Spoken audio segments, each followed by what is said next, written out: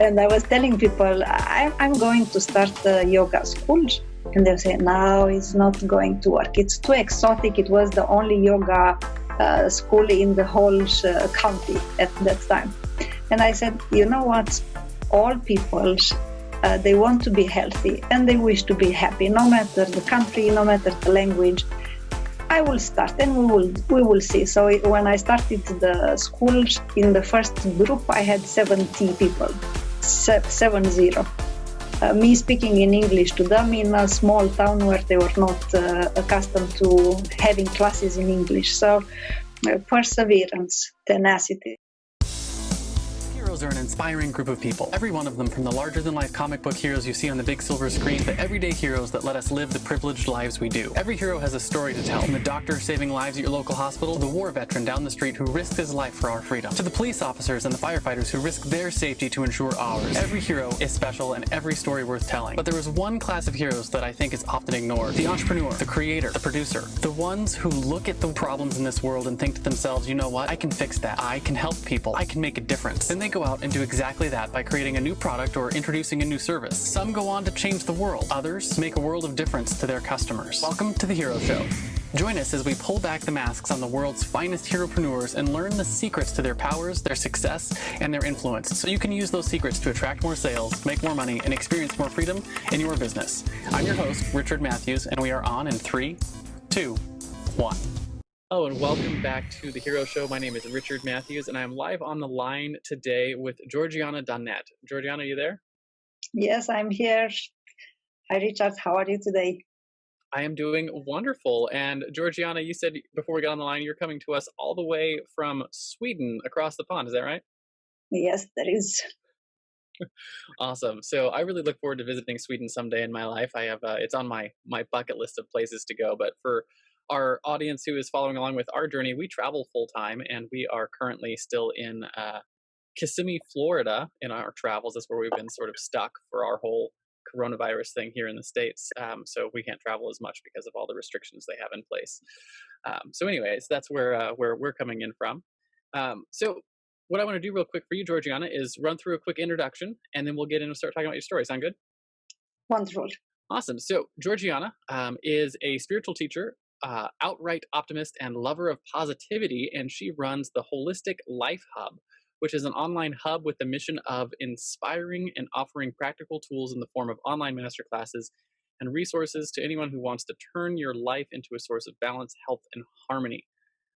So with that brief introduction, Georgiana, why don't you start off by telling us a little bit about who you are and what you're known for? What are your actual products and services, and who do you help? So my story starts a little bit when I was a teenager. I will make the long story short. I was living. So I live in Sweden now, but I'm Romanian.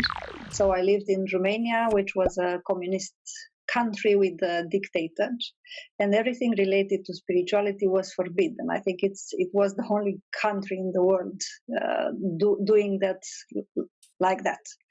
And when the dictator was killed, then everything that was related to spirituality really exploded, because it was a big void of that. And being a teenager, I was a little bit, as probably most teenagers could relate to that. I felt that nobody understands me, and I want to change my destiny. So I saw a poster with a lecture about yoga. I went to the lecture. I listened to it was like an introduction lecture to the yoga class starting soon. And then at the end of the lecture, the two teachers said, if you have questions, please do ask. But if you don't want to ask the questions in front of the whole audience, just wait until the end, come up on the stage, and you can ask us personally. I waited till the end. I went up on the stage and I asked, can I change my destiny with yoga? And they said, yes, then I will start.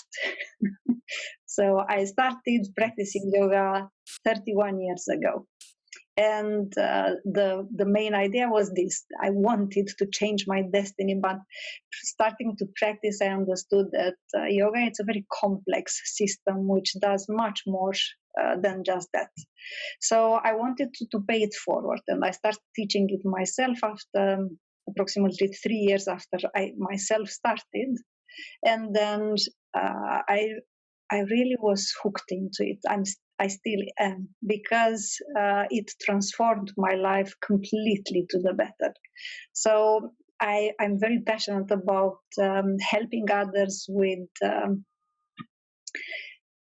almost any range of problems, from physical problems, physical health, to mental health, and everything in between.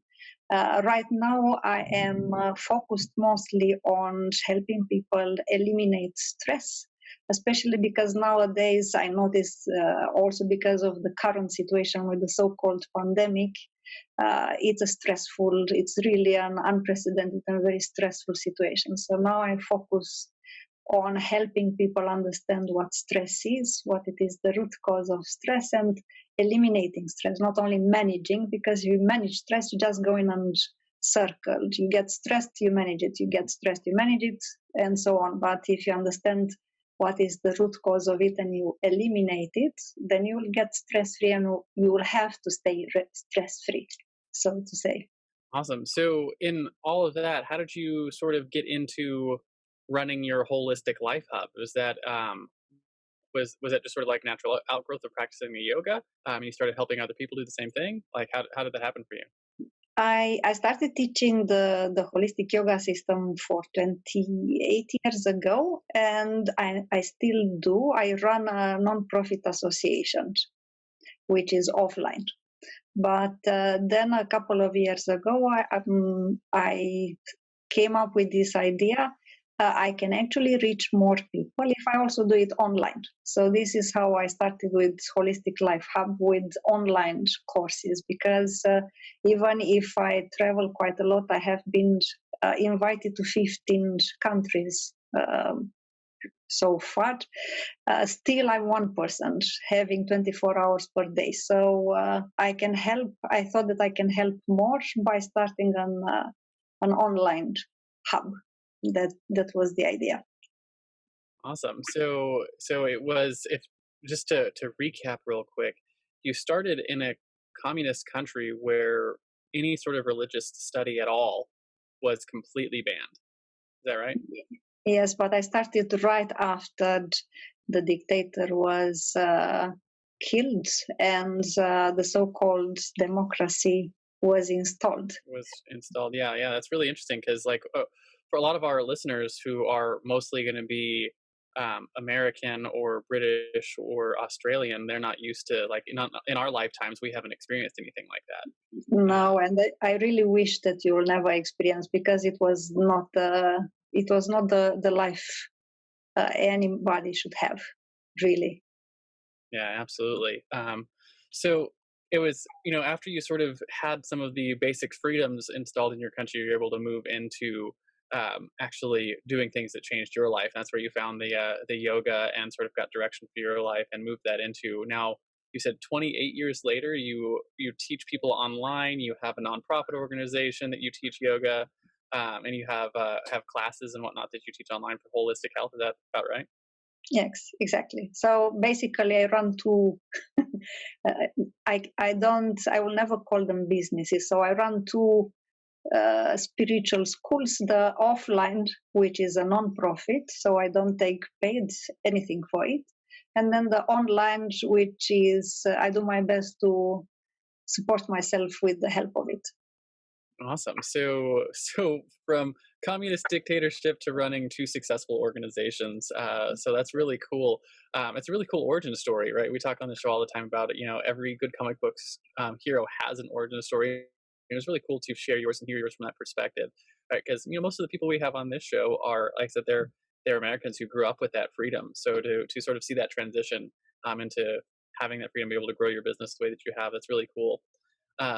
So the next question I have for you is your superpowers, right? We say on this show all the time, every iconic hero has a superpower, right? Whether that's a fancy flying suit made by a genius intellect or the ability to call down thunder from the sky. In the real world, heroes have what I call a zone of genius, right? It's a skill or it's a set of skills that you're either born with or you developed over your life that really energize the rest of what you do. This superpower, so to speak, is what sets you apart and allows you to help people slay their villains, right? And come out on top in their own journeys. What is your superpower in terms of your business and what it is that you do? I would have to say that is tenacity, perseverance, never give up. Even when I moved to Sweden, I had one suitcase with me with the yoga with the yoga papers and some clothes. And I started the yoga schools in a city where I just knew one person. I didn't speak the language. I didn't have any connection. So people were saying I am still living in an area in Sweden where they have as a kind of a motto, that's not going to work. And I was telling people, I'm going to start the yoga school. And they say, no, it's not going to work. It's too exotic. It was the only yoga school in the whole county at that time. And I said, you know what? All people, they want to be healthy and they wish to be happy, no matter the country, no matter the language. I will start and we will see. So when I started the school, in the first group, I had 70 people, 70.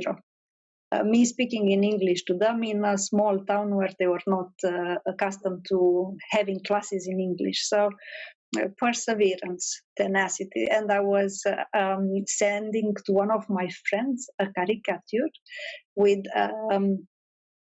a bird trying to swallow a frog. So the frog was holding the bird by the neck. You know, the frog almost in the mouth of the bird, but holding the neck of the bird. And I was writing under the caricature, me, the frog is me, and the bird is Sweden. That's funny. So just so I can get a clearer picture, when you say you didn't speak the language, what language did you speak and what language do they speak in Sweden? So in Sweden, I speak Swedish. And when I started the yoga classes, I was speaking in English. I was holding the classes in English. They speak English because it's the second language they learn in schools.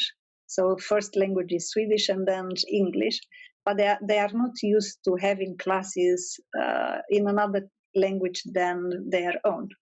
But still it worked. So perseverance, I have to say that my superpower is tenacity, perseverance. Yeah, I love that. I can't remember who it was exactly. I think it might have been Winston Churchill who said, "Never, ever, ever, ever, ever, ever, ever give up." Right. And I think a lot of entrepreneurs who get something started, the reason that they don't succeed and will have their businesses last over the long term, right? Like you said, you've been doing this for over 28 years. Is because they don't have that perseverance, they don't have that tenacity to stick it out and keep going. And it's definitely a superpower.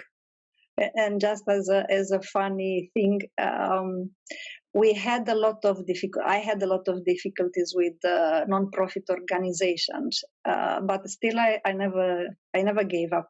And we almost had no locations, no venue any longer. But it was like a last-minute miracle. We found a new place to move and to have the classes there. So I had a person who knew me since the beginning when I started with the nonprofit association, and he was kind enough to come to the inauguration, to the grand opening of the new place, and he compared me to Winston Churchill, and he said, it's not about the looks, this woman never gives up.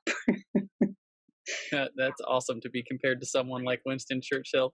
And it's true, right? Like it's that tenacity is really what sets anything apart, right? Whether that's, a long-term relationship for husband and wives, ones who last to 50 plus years, to your businesses, to any skills that you want to develop. It's, I tell people all the time, it's, we vastly underestimate what we can accomplish in a year and vastly underestimate what we can accomplish in 10, right? If you have the tenacity to put in the work every single day over the long term, you can grow a successful organization in pretty much any space you want. And I strongly believe that if you find something which is really good, really beneficial, and you believe in it, then no matter the obstacles, you just go for it. You go for it until you make it work, until you succeed with it. So I tell my students, if you succeeded, continue. If you didn't succeed, continue. So don't give up. Absolutely. And you know what? I have done some of that extreme yoga stuff, and it's the same kind of thing, right? Even you start some of those moves that are really difficult, you have to have that tenacity to keep trying and keep going. And I remember there was a couple of the poses when I was first learning it that I can't remember what they're called, but they were really, really hard. And the first week that I did them, I couldn't even hold them for like a second or two before like falling over. And like 3 or 4 or 5 months in, you could hold them for a long time, right? You have to have the tenacity to actually build up the skill set to actually do the yoga that you teach. Exactly. And I have been practicing yoga daily for 31 years, since the day one I started. So I had periods when I was practicing 16 hours per day because it felt so good. I couldn't stop. So I was practicing 16 hours per day. Then I didn't have the time because you have a family and a job and other things to do. But still, I practice at least 4 hours per day. It's my priority. That's awesome. And I would imagine that it makes you very fit and healthy as well. I haven't been sick for the last 31 years. I just only had a cold, but I don't remember when. It was a long time ago, and it was my fault because I went out without the necessary clothes. That makes sense. Yeah, and the it's interesting too, right? One of the things that I think entrepreneurs regularly forget is that you have to take care of yourself first before you can take care of your organization, right? Before you can take care of other people, you have to be healthy. You have to be in shape. You have to take care of yourself, because if you're sick or dead, you can't take care of your organization. You can't grow. You can't help other people. No, exactly. So it's like a duty towards the others to take care of yourself first, so that you are fit and you are in good health, and your mind functions properly, and you can serve them much better when you take first care of yourself. Because otherwise, how can you take care of others? It's ridiculous. Yeah, yeah. It's like the whole the airplane thing, right? Put the mask on yourself first before you put the mask on the person next to you. It's just like a rule for life. So Yes. my next question for you is about your fatal flaw, right? So every Superman has his kryptonite, and Wonder Woman can't remove her bracelets of victory without going mad. You probably have some sort of flaw that has held you back in your business, something that you struggled with. For me, it was things like perfectionism that kept me from shipping, or lack of self-care that allowed my clients to walk all over me. Or maybe it's being something like a visionary and not being, lacking the discipline to actually implement on all the things that you want to do, which are all things that I struggled with. But more important than the flaw is its rectification, like how you solved it. So how have you worked to overcome that flaw so you can continue to grow your organizations? And hopefully sharing that will help some of our audience who might struggle with the same things that you struggled with. So I will have to pick ones which I'm still working on. Patience. I am not, patience is not exactly my forte, it's not my strong point. And I have a certain inner speed, so to say. So I'm not always very patient when when I notice that not everybody has the same speed as I do. I want to learn in a quick pace. So everything with me is a little bit high speed, and it's not always good because I understood that quite early that we all have our own speed of I call it a speed of evolution. And now I have to respect that. Everybody, we have our own tempo, our own speed of transforming, and pushing it will do more damage than good. So now I'm much better at having patience with everybody around me. For many years ago, 25, 28, 30 years ago, I was getting annoyed by people who were slow. Now I don't have any problem with that anymore. But now I have to work having patience with myself because I'm pushing myself all the time. So this is my kryptonite. Unfortunately, I still work on it. Yeah, yeah, and it's an interesting thing. I love the idea of having, you call it the revolutions, the speed of revolution, which is really interesting way to think about it, right? And I know I'm dealing with that a lot right now in my family because we got kids who are going through school, and realizing that like my kids don't learn at the same pace that I do, right? They have their own pace, right? And they have their own things that they're going through, and getting upset at them for not learning it the way that as quickly as I would have learned it, or in the same way that I would have learned it, is not helpful. Right? Yeah. No. Yeah, yeah. And the same kind of thing I'm learning in, I've got employees now in my organization, that same kind of thing with, the way that someone might do a task, or the way that someone might, is different than I would do it. And I'm having to learn that like the journey for them doesn't have to be the same as the journey that I would have gone through, as long as we get to the destination that we're looking to get to. Yes. And that's an important skill to learn, and it's something that I'm working on learning as well. But yeah, it's an interesting point. Yeah, and because my training does not consist only on practicing physical poses, it also consists of observing a lot my mind, my attitudes, my thoughts, my reactions, and paying attention a lot at what goes on inside, so to say. So when I notice that I'm about to lose my patience, I always ask why. What do you want to achieve, and what is annoying you, or what is irritating you right now, and why?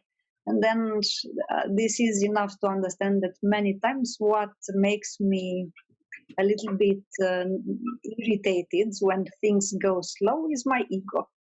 And when I understand that, I just relax. I put the ego aside, and then I allow everything to happen in their own space, no matter if it's a situation, if it's other people. And I do this also with myself, not as good as I would like to, but I do my best. That's really, really smart. I actually had someone on my podcast a while back. His name is Dr. Nick Lucas. If anyone who's listening to this wants to go back and listen to that episode, he talked about that concept of questioning your instincts, right? So when you have things like you're losing your patience, or you have things that maybe you're angry or you're afraid, those are like they're physical responses in your body. And they happen for a reason, right? And like you mentioned, a lot of times yours is ego. And all it takes is just questioning those physical responses. Why am I afraid here? Right? Why am I upset here? And sometimes you have to go a few layers deep to find out what it is. But once you find out what it is, you can be like, oh, that's just my ego, right? My ego is not, I don't need to stroke my ego. That's fine. You can set that aside, right? Or if it's a fear, you can be like, okay, so what's the worst thing that could happen here, right? And you can lay that out and play out. Okay, that's actually not as bad as I imagined. And it's that questioning of those fundamental physical responses you have to situations. Those were built into us, right? They're not bad. They're just to manage. You have to learn how to manage them. And I think it's super smart that you're learning to question those responses and learn how to move past them. Yes, because it helps a lot having a little bit of distance, so that you can be much more aware of what is going on. And instead of just reacting on autopilots because of your habits, because of your mental and emotional patterns, when you question, when you take a little bit of, it helps you take a little bit of distance, be aware, and then you choose consciously how you want to act instead of just reacting automatically. So I think it's a good practice. I find it a good practice. I completely agree. So my next question for you then has to do with your common enemy, right? So every superhero has their arch nemesis, a thing that they constantly have to fight against in their world. In the world of business, it takes many forms, but generally speaking, we put it in the context of your clients, right? The people that you actually work with. And it's a mindset or it's a flaw that you're constantly sort of running into that you have to fight to overcome with them so they can get better results for whatever it is that you offer, right? Mm-hmm. So for you and your clients, what's that thing that you constantly sort of have to fight against with them so that they can get the results they come to you for? So one thing, the number one thing that I notice is that people have a misconception about what the yoga system is. They think that yoga is just practicing some funny-looking, strange poses, chanting mantras, and that's it. But actually, the real yoga, the authentic yoga, it's a super complex system, which comprises physical training, mental training, psychology, medicine, philosophy, astrology, understanding the cycles of life, understanding the cycles of nature. Even so, it's amazing when you draw a parallel with science. In yoga, many of the aspects in yoga, if you read the quantum physics book or you read the authentic yoga book, they speak the same language. So it's absolutely amazing. So yoga is not just some exotic, funny-looking pose practice. It's a science of self-development. So this is the number one aspect. I need to clear it up with people, so they understand that when we practice something together, it will not just be about some physical poses which are unusual. It's much more than that.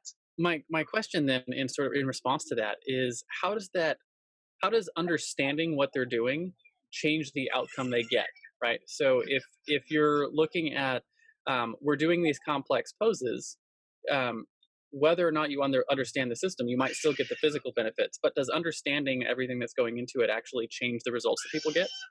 Of course, because if you don't understand what you practice, it's only aerobics. So, of course, you'll get some muscles working better, but you'll not get the results you can get when you have, when you are conscious about what physical, medical, psychic, mental, intellectual, and spiritual effects every single technique you practice has. So, for example, there are some exercises which are similar in the gymnastics. And people practicing them in the gymnastics, they don't get the same results as yogis practicing exactly the same physical exercise with this awareness, with the mental concentration. So if you don't understand what you practice, you will get some results, maybe 10% of the results, but not 100%. So if you don't know what you do, if you don't have the awareness and the mental focus upon what you do, you will not be able to get the results. No matter how tenacious you practice, you can practice them 8 hours per day. Still, you'll get some muscles toned, and that's it. But if you practice yoga as you should, and again, it's not only physical training, it's much more than that, then you can improve your health to the point that you will never get sick. Basically, you will enhance your emotional abilities a lot. You will expel a lot of unhealthy emotional patterns and instead build healthy ones. You will improve your mental abilities to the border of paranormal powers, so to say. People, if you are speaking about if you are speaking about superpowers, then you can even, there are people, and I know there are people who increased their IQ. And if you speak to a scientist, they will say, you are born with an IQ, you will die with the same. It's not true. And we can prove it. There are people who enhance their IQ. And much more, you will discover who you really are. We are a little bit more than just bone, flesh, some thoughts and some feelings. Much more than that. Yeah. So just a follow-on question to that, since I think it might apply more broadly, does the idea of learning and understanding what you're practicing, do you think that applies to things other than yoga? Right. So like any of your self-development and your business skills, how do you think that sort of that understanding what you're doing, how do you think that applies in other areas? So I'm a very practical woman. I can even say pragmatic. So I noticed since I was quite young that if you understand what you do, you can obtain maximum results with minimum of effort. So you can call me a practical woman, or you can call me a lazy one. I want to have. I do the same thing. I want to have the maximum results, if possible, with the minimum of effort. And when you understand the mechanisms, then you you can go directly to the source of it, instead of just going around and testing around until you find how it works best. So understanding from my personal experience is crucial in accelerating your transformations, no matter if it's self-development or it's the transformation of your business or whatever it is, relationships. It applies to everything. Yeah, and I like that idea too of when you really understand something, it allows you to, maybe you're really practical or maybe you're just lazy. I tell people all the time, like we get compliments all the time on how well behaved our kids are. We have 4 of them, so our house is kind of crazy. But we have a really detailed and strict like discipline routine that we go through, which allows our kids to have a lot of freedom because they know all their boundaries really clearly. And people are like, "Oh, that seems like it'd be really hard," and I'm like, "It's actually, it makes our life really really easy." And so like we do the hard work of understanding the system of discipline and setting it up in our house, and we get the benefit of like a life of ease, so to speak, because our children are well behaved and they're a pleasure to be around, and other people like to hang around with them, that kind of thing. And I see that happening in a lot of areas, right? Where you like, I've got my business systems, and like when we really nail down your business systems, which can take months or years to really get them perfected, then you can step away from them. They can run themselves, right? So it might be that you're practical, but it also might be that you're just, I'm so lazy, I'm going to put in all the effort up front and really understand it and really get it done so that it'll do itself. Well, I'm both. I admit. Yeah, cool. So my next question for you then is the flip side, right? So the flip side of your common enemy is your driving force, right? It's just like Spider-Man fights to save New York, or Batman fights to save Gotham, or Google fights to index and categorize all the world's information. What is it that you fight for? Your mission, so to speak. I fight for helping people understand they have capacities beyond their imagination. They can do much more than they even can imagine they can do. So I fight for really opening up the mind of people so they understand they have abilities and capacities much wider and greater than they even know about. So they can understand that they can, even science. So the holistic system, the holistic yoga system, and the science, they say the same thing. We use approximately 5% of our abilities. So imagine the most brilliant thought you ever had, the most happy state you ever felt, the most intense pleasure you ever felt. It's 5% of what you can. Can you imagine 100%? I cannot, but I'm working on it. I really want to have 100% of my abilities awakened. So I want to go for it, not only for myself, but also for the people that I'm coming into contact with. So I say that everything is possible. Not everything is permitted. So we have to make use of our common sense and compassion. So no matter what we do it in such a way that we don't hurt others or ourselves. But everything is possible. I strongly believe that everything is possible. Yeah, I love that. Right. One of the things that I've always really believed is that when you take people and you help raise them up to their greatest potential, that is what's going to solve all of our world's problems, right? Because, everything from hunger to disease to energy crisis, all the things that we struggle with as a species can be solved as we start to lift people up and help them understand what they're actually capable of. So I'm excited that you're out doing that work.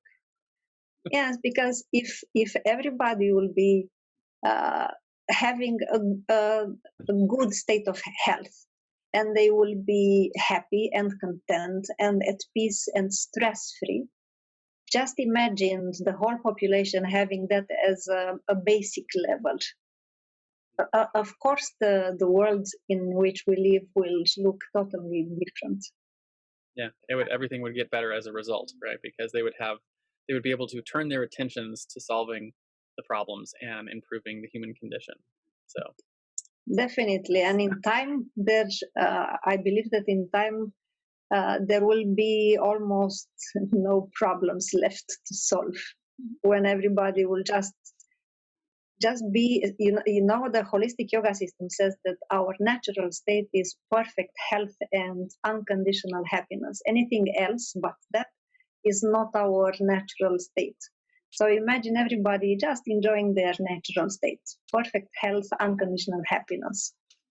yeah, yeah. And my only thought on that is because we are fallen, we will probably find ways to give ourselves struggles just so we can struggle. But who knows? We'll see what happens when we reach that place. Well, we Um, can have one struggle to make the ego smaller and smaller, and we can struggle with that for the rest of our life. I like that. I like that idea. So we have something to struggle with all the time because for some reason we like to have struggle, and we can struggle to make the lives of those around us better, and to struggle to make the Yes, next generation have a better starting point than our generation did. Those are good struggles to have. definitely. I will go for that. So Put so my next my question, Amazon armor on, and I will go for that. yeah, the Amazon, what's her name? The Wonder Xena Woman, right? Or warrior. Xena. Yeah, Xena's awesome. I love Xena. She was one of my favorite characters growing up. Uh, so I want to talk a little bit about some practical things. I call this the hero's tool belt, right? So just like every superhero has a tool belt with awesome gadgets like batarangs and web slingers or laser eyes, I want to talk about top one or two tools that you couldn't live without in your business. Could be anything from your notepad, your calendar, your marketing tools, something you use for product delivery, anything that you think is essential to getting the job done that you do in your business. Top one or two tools that you use every day. So my top one tool that I use every day, even if it's maybe a little bit unusual, is my meditation practice. That's So, my can you tool walk through that a little bit because for us? Like how I you actually do always the meditation? yes. So I always start and end my day with a meditation. So before I do anything, so as soon as I wake up, I still am in the bed. And I sit in a meditation pose, and for 15 to 20 minutes, I do a meditation in which I connect to myself. So I am really grounded in myself, and I thank for a new day, for the chance to develop even more, for the chance to be of help. And then after that, I start whatever I have to do. And I do my best to keep that state while I do other things. So I don't lose this awareness and this gratitude. And then at the end of the day, I do another meditation in which I simply am grateful and I thank for everything that I've experienced during the day, both the good aspects and the difficult aspects, because both of them are helping me to grow as a person. So this is my number one tool, no matter what I do. And this, we can call it mindfulness if you want, but meditation practice. Yeah, yeah. I've heard a lot about meditation and how potent it can be for people to grow. It's not something I've ever done, but it's something that I think I want to at some point add to my daily routine. I've been doing a little bit of meditation with my health coach that I've been working with, and I just it's been really interesting because it helps you sort of set your day up more. So it's something I would like to learn a little bit more about in my own life. So, anyways, it's really interesting that that's your number one thing you think that is helping push your business forward is meditation. Um, Yes, because it keeps my mind focused, clear. I can, for example, I can focus on a task for 12, 14 hours with no interruption. And this is of great help because running two businesses in the same time, I don't have 48 hours per day. I still have 24 hours per yeah, day. So I have to be efficient. And for me, being efficient means having a very sharp mental focus. So I'm focused on it. I'm concentrated. I'm efficient at what I do. I don't, my mind doesn't run amok. I have it there focused. So without the meditation, I don't believe I would be having the same capacity, honestly speaking. Yeah, I love that. I love the idea that you can expand your capacity by just it's like you're tapping into those extra percentages, right? Where you can, instead of working at 5%, you're working at 10. You can get twice as much stuff done as someone who hasn't taken the effort to focus their mind and really open up the resources you have available to you. Yes, and this just as a small joke, there is a Zen saying: everybody needs to meditate 20 minutes per day, and if you feel you don't have the time, then you need to meditate for 1 hour. I like that. You have to meditate for an hour. Speaking of heroic tools, I want to take a few minutes to tell you about a tool we built that powers the Hero Show and is now this show's primary sponsor. Hey there, fellow podcaster. Having a weekly audio and video show on all the major online networks that builds your brand, creates fame, and drives sales for your business doesn't have to be hard. I know it feels that way because you've tried managing your show internally and realize how resource intensive it can be. You felt the pain of pouring 8 to 10 hours of work into just getting 1 hour of content published and promoted all over the place. You see the drain on your resources, but you do it anyways because you know how powerful it is.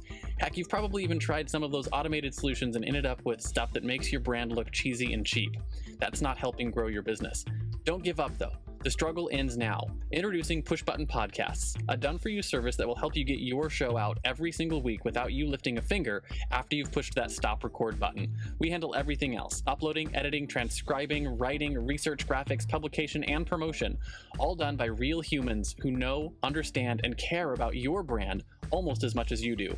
Empowered by our own proprietary technology, our team will let you get back to doing what you love while we handle the rest.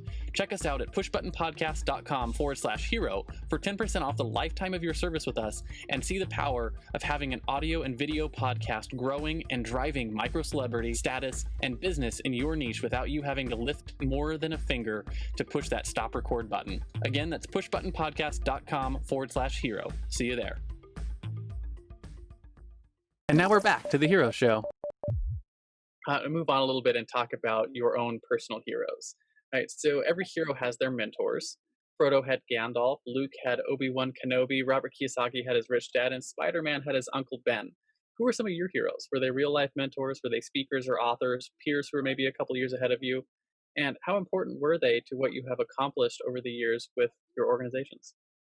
So my number one hero is my yoga master. He's a very, very modest person, but really an extraordinary person. And he doesn't want to be called a spiritual master. He says he's a spiritual guide, but in my eyes, in my heart, he's a spiritual master. He's the one that I learned everything that I do from. And he opens a wide horizon for me with this genuine yoga system that I've learned. And another hero, I don't know, maybe you've heard Yogananda. He wrote also a book which is called The Autobiography of a Yogi. And in that book, Yogananda speaks about his spiritual journey, so to say. And he was meeting some yogis having paranormal powers. I've always been fascinated by superheroes and paranormal powers since I was a kid. So reading that book was motivated me a lot to practice until I will also achieve the same. So I believe that if somebody else could do it, then with the right methods, I can also do that. So these are two of my heroes. So just because I'm insanely curious, when you say like extraordinary powers, what kind of extraordinary powers are we talking? For example, it was telepathy, one of the powers, or dematerialization and materialization. Reading the thoughts of others. For example, in one of the stories, so if you like this with the superheroes, Autobiography of a Yogi is a delight to read. In one of the stories, he was speaking about a yoga master who was eating very little every day, so he was skinny, and his disciples were very worried about him because he was eating so little and he was so skinny. They really wished for him to put a little bit of weight on. And he could read their thoughts. And just as an act of divine compassion, he put on 25 kilos in 1 minute under their eyes, just like that. It's insane. This type of stories, and is a thick book full of this. Nice. Sounds like might have to pick that up and read it, if only for the entertainment value of seeing some real world superheroes. So my next question for you has to do with your guiding principles. One of the things that makes heroes heroic is that they live by a code. For instance, Batman never kills his enemies; he always puts them in the Arkham Asylum. So as we wrap up this interview, I want to talk about top 1 or 2 principles that you put into practice every day in your life.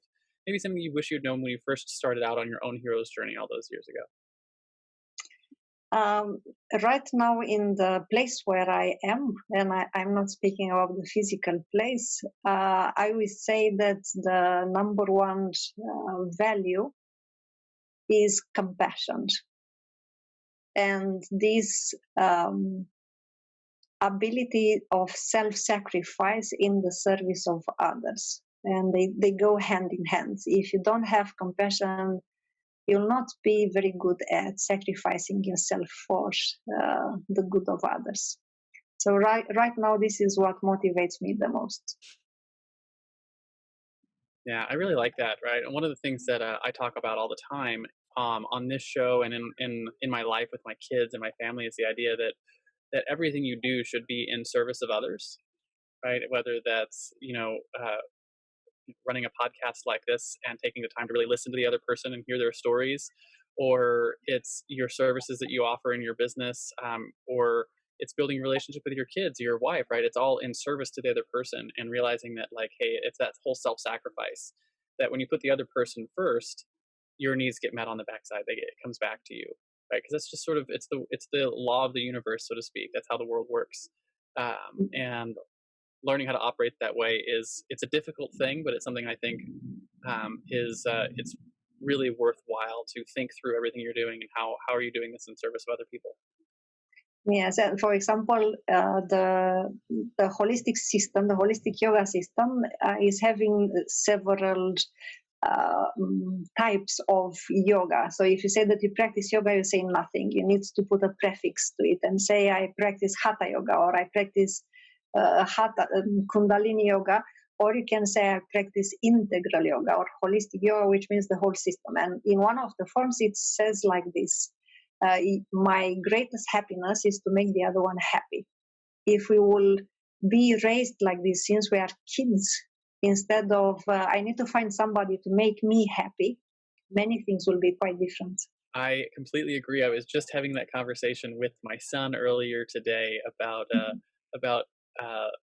living his life so you're making the other person happy instead of looking to make yourself happy, and how much easier it is to achieve your own happiness when you live that way. So hopefully that has an impact on his life as he grows up, because I tell him it all the time. But I'm sure it will. I'm sure it will, because it's such a shift of perspective. I'm not pointing fingers at anyone, but at least in my family, that was the narrative, that when I grow up, I will have to find a man that will make me happy.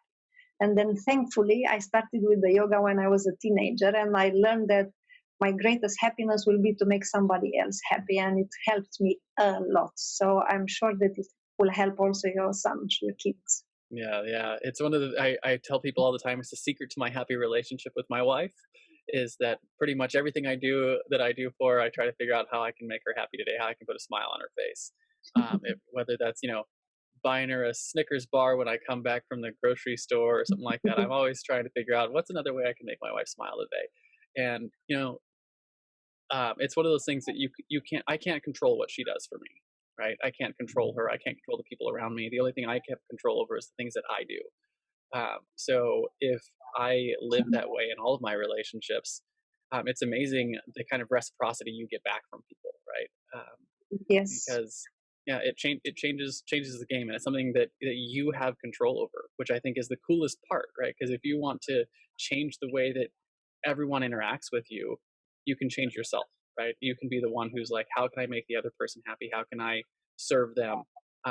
And when you have that attitude with everyone that you work with, whether it's your kids or your wife or your friends or the people in your business or your employees, you're like, how can I make them happy? It comes back, right? Because people just can't help it. They can't help but have that reciprocity. Definitely, definitely. And it's even a well-known saying or proverb that if you want to revolutionize the world or somebody else, start by transforming, by revolutionizing yourself first, and then it will be like ripples on water. I love it. I think that's a good place to sort of end our interview on that discussion. And I want to, with that, wrap our interview and talk. One little thing I finish all of our interviews with, something I call the Hero Challenge. And it's pretty simple. And basically, it's a selfish thing I do to get us access to stories we might not otherwise find on our own. So the question is simple. Do you have someone in your life or in your network that you think has a cool entrepreneurial story? Who are they? First names are fine. And why do you think they should come share their story here with us on the Hero Show? The spontaneous thought it appeared in my mind is my husband, who is a musician, and also he's doing something which I enjoy very much, sound healing with singing bowls. Sound healing, yes. That's a thing I've never heard of. That's really interesting. Yes, he's. I say this not because he's my husband. I can be objective and have the distance. He's very good at this. So he combines the musician experience with the yoga practice and experience. So he's using singing bowls that are made out of quartz crystals in a certain sequence, and they are tuned to 432 hertz, which is also the frequency of the human body, in such a way that he uses it as healing for the body. And it's a mighty experience when the sounds are like from another planet. It's really something extraordinary. That would be really cool. I would love to have him on the show. I've been learning a lot recently about harmonic resonances and frequencies and stuff like that. So I know there's something to it, but I don't know much about it. So I'd be happy to have him on the show and talk through a little bit about how he does that for other people. So thank you for that. We'll reach out after the show and see about how we can get him on. But to wrap up, right, in comic books, there's always the crowd at the end who cheers on the hero for saving the day. So here on this show, the way that we sort of replicate that is I just want to find out from you, where can our audience find you? Right. So if they want to find your programs or get involved in your yoga studios, if they happen to be local in Sweden, those kind of things. And then more importantly, who are the right types of people to reach out and say, hey, you know what, I would like to hear a little bit more from Georgiana, or I'd like to go through your programs. The easiest is the web page, holisticlifehub.com, because there are also links to social medias and so on, and all the programs. So the web page. And the right people are people who are open-minded, who want to get more from life than just going to job, earning money, eating, sleeping, going to job, and so on, who want to discover who they really are. So open-minded people who want to discover who they really are the right kind of people. So just because I'm curious, the online programs, do you actually teach yoga in a digital format, or do you what are the things that you actually teach in the online programs that some of the international audience that would be listening to this would be able to benefit from? So there are two types. I have an online course which lasts for 6 weeks, and it is a combination of neuroscience, psychology, yoga, breathing, mental training, and more. And then the second format, so to say, it's a membership site where you can go, and there are training videos where you practice yoga poses, but also meditation and other forms of yoga. So we don't have time to go through all types of yoga, but it's the integral yoga that I teach, which comprises much more than just physical poses, as I mentioned in the beginning.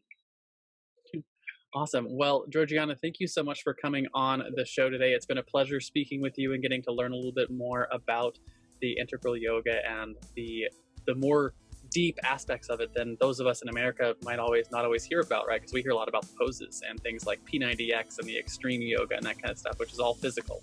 So it's interesting to hear more about the depth of the systems and that kind of stuff. So again, thank you for coming on and sharing. Before we end the interview, do you have any sort of final words of wisdom for our audience before I hit that stop record button? Yes. Love yourself more because you are worth it. That is a perfect way to end the show, Georgiana. Again, thank you for coming on. Thank you so much, Richard, for having me.